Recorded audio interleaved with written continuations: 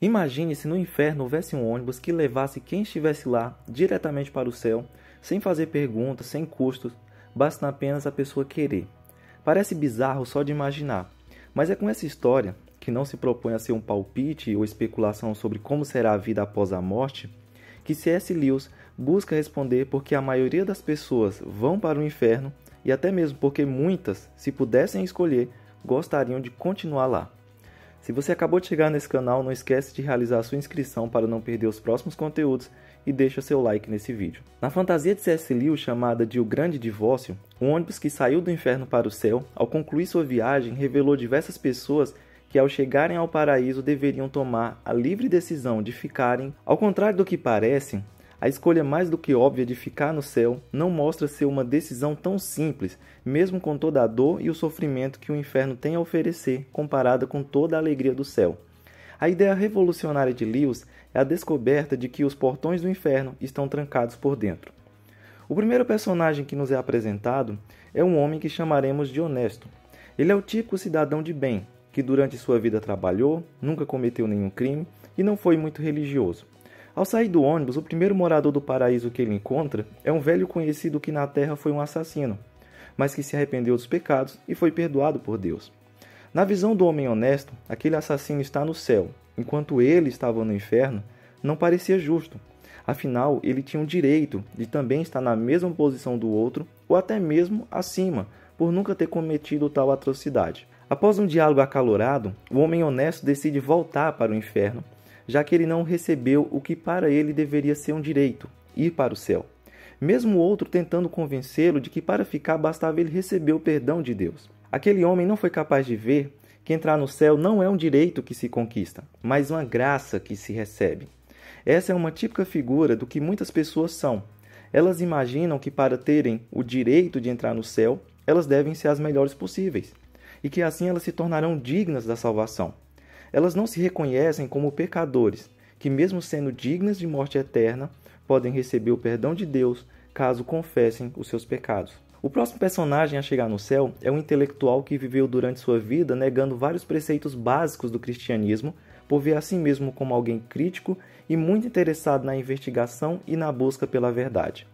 Ao encontrar o irmão no paraíso e ver o óbvio, que muitas coisas que ele falava estavam completamente erradas, mesmo diante da verdade, o investigador continua investigando, buscando mais conhecimentos, sem querer parar, sem querer acreditar que não tinha mais esforço a ser feito, que ele poderia ter todas as respostas das dúvidas dele. No final, ele decide não ficar no céu, já que não é um lugar que, na visão dele, se possa continuar com as investigações e perguntas. Talvez você já tenha conhecido esse tipo de pessoa. Mesmo diante da verdade bíblica, ela luta e foge procurando continuar investigando, se sentindo mais inteligente que as demais, porque, segundo ela, elas aceitam respostas prontas e acabadas.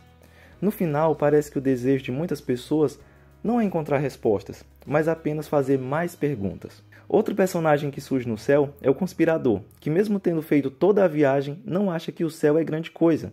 E em seu diálogo com o que parece ser o próprio C.S. Lewis, ele revela acreditar que há uma grande conspiração em um grupo do mesmo círculo de poder que comanda tudo e que poderia, se quisesse, tirar todos do inferno e colocá-los no céu para que eles vivessem do jeito que bem entendessem. Para o conspirador, sempre há um grupo enganando todos e essa regra se aplica às questões espirituais. Aposto que você já encontrou esse tipo de pessoa. Para ela, a Bíblia foi escrita por um grupo cheio de más intenções e o Código da Vinci, apesar da história fictícia, tem muito a nos ensinar. Essas pessoas costumam serem viciadas em assistir History ou ler Super Interessante. Qualquer jornalista ou historiador peculiar é mais confiável para elas do que a Bíblia. E claro, as igrejas são lugares que as pessoas vão para terem seu dinheiro roubado. Para essas pessoas parece que sempre há algo ruim por detrás de tudo, inclusive das intenções de Deus. Apesar de parecer que cada uma dessas pessoas deixou de ficar no céu por um motivo diferente, no fim das contas todas elas tiveram o mesmo motivo. Escolheram a terra ao invés do céu. Como dito por Lewis, a terra, se for escolhida ao invés do céu, acabará demonstrando ter sido o tempo todo apenas uma região do inferno. Mas se posta em segundo lugar com relação ao céu, terá sido desde o início uma parte do próprio céu. É possível percebermos que a maior parte das pessoas preferem o tempo inteiro a terra e o que ela tem a oferecer. Quando eu saio para evangelizar em meu trabalho missionário aqui no interior do Piauí, eu sempre pergunto às pessoas para onde elas querem ir quando morrerem. E todas elas respondem, ainda que sem refletir, que querem ir para o céu. Depois disso, eu convido elas para ir ao culto, para a gente louvar a Deus juntos. Talvez apenas 1% dos que recebem o convite vão. O motivo é simples: as pessoas não gostam de adorar a Deus. Poderia ser levantada a objeção de que elas não vão por serem católicas, mas basta olhar a quantidade de igrejas, bem como o tamanho delas, para perceber que essas pessoas não têm o hábito de adorar a Deus, nem que seja da forma errada. Depois eu pergunto se elas leem a Bíblia, para ouvir a voz de Deus. A resposta é não, e orar nem se fala. A pergunta que fica é: como essas pessoas querem ir para o céu, que é um lugar que é para adorar a Deus por toda a eternidade, se elas não conseguem suportar uma hora de culto? Como podem querer ir para o céu se elas não têm interesse de ler a carta de Deus para a humanidade, que é a Bíblia? Como podem querer ir para o céu se elas não gostam de conversar com Deus através da oração? Se elas refletissem, o que com certeza não fazem na resposta delas, perceberiam com facilidade que o lugar que mais combina com o que elas fazem durante o tempo inteiro é o inferno. O universalismo, uma teologia que de grosso modo teoriza que todos os seres humanos acabarão por ser salvos por Deus, ignora que a maioria dos seres humanos nem tem interesse em Deus e talvez até mesmo não gostem de Deus. No máximo, tendem a ter medo dele. Basta ler os evangelhos com os relatos da morte de Cristo para perceber que os sacerdotes sabiam quem Jesus realmente era e mesmo assim fizeram de tudo para matá-lo. Inclusive, se fossem levados para o céu, poderiam tentar a mesma coisa novamente. No final, existem apenas dois tipos de pessoas. As primeiras são aquelas que dizem a Deus: seja feita a tua vontade. As outras são aquelas às quais Deus por fim diz: seja feita a tua vontade. Que escolha você tem feito em sua vida? Que tipo de pessoa você tem sido? Um cidadão do céu ou um cidadão do inferno? Até a próxima.